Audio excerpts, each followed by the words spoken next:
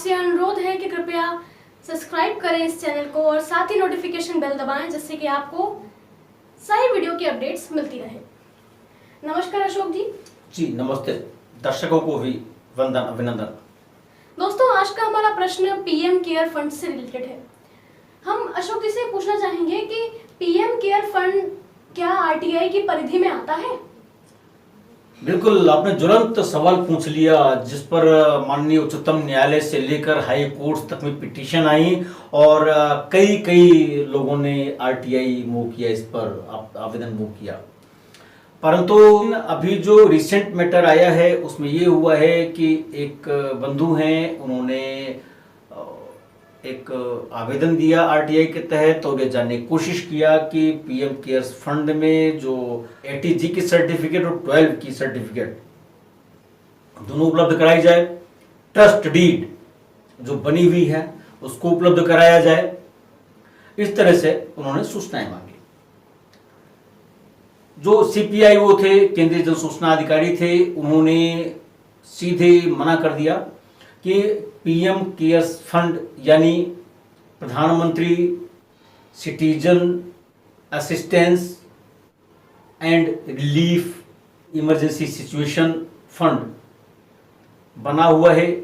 इसके संदर्भ में सारी सूचनाएं वेबसाइट पर उपलब्ध हैं और उन्होंने ये भी कहा कि सेक्शन 2H आरटीआई के तहत यह पब्लिक अथॉरिटी की श्रेणी में नहीं आता है। अब सेक्शन 2H की चर्चा मैं यहां इसलिए नहीं करूंगा कि पूर्व की आरटीआई की वीडियो में इसकी चर्चा कर चुका हूं। जिसने आवेदन दिया था आरटीआई का, उसने स्टैट्यूटरी अपील यानी जो सेक्शन 19 में प्रोवाइडेड है उसके तहत अपील किया। अपील में उन्होंने ये ग्राउंड लिया कि जो इंस्टीट्यूशंस हैं, जैसे रेलवे ने भी उसमें दान किया है, कंपनीज एक्ट में संशोधन किया गया है और सीएसआर फंड करके जो आता है उन्होंने भी इसमें कंट्रीब्यूट किया हुआ है, इसलिए पब्लिक अथॉरिटी है। लेकिन जो ग्राउंड उन्होंने अपील में लिया उसके आधार पर अगर हम बात करें तो वास्तव में सेक्शन 2H की परिधि में पब्लिक अथॉरिटी नहीं है। लेकिन जहां तक पीएम केयर्स फंड की बात है, पब्लिक ने ही पैसा दिया है और डोनेशन दिया है। दो चीज है, उसमें लिखा है सब्सटेंशियली फाइनेंस्ड, तो यहां सब्सटेंशियली फाइनेंस गवर्नमेंट ने तो किया नहीं उस फंड को। इसलिए मुझे लगता है, अपना व्यक्तिगत मत है कि यह पीएम केयर्स फंड आरटीआई की परिधि में नहीं आता है।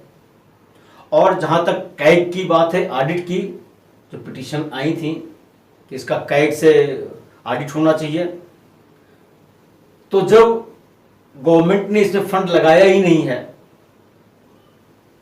तो कैग इसकी ऑडिट नहीं कर सकता है। भविष्य में सुप्रीम कोर्ट, हाई कोर्ट क्या निर्णय देते हैं, उसके बाद फिर अपडेटेड जानकारी लेकर के अपने दर्शकों के बीच में आऊंगा। नमस्ते अशोक जी। दिव्यांगजन की अवेयरनेस से संबंधित और साथ ही साथ महिला सशक्तिकरण से संबंधित वीडियोस हम अक्सर इस चैनल पर लाते रहते हैं। आपसे अनुरोध है कि कृपया इस चैनल को सब्सक्राइब करें, जिससे कि आपको इन सारी वीडियो की नोटिफिकेशंस मिलती रहें। नमस्कार।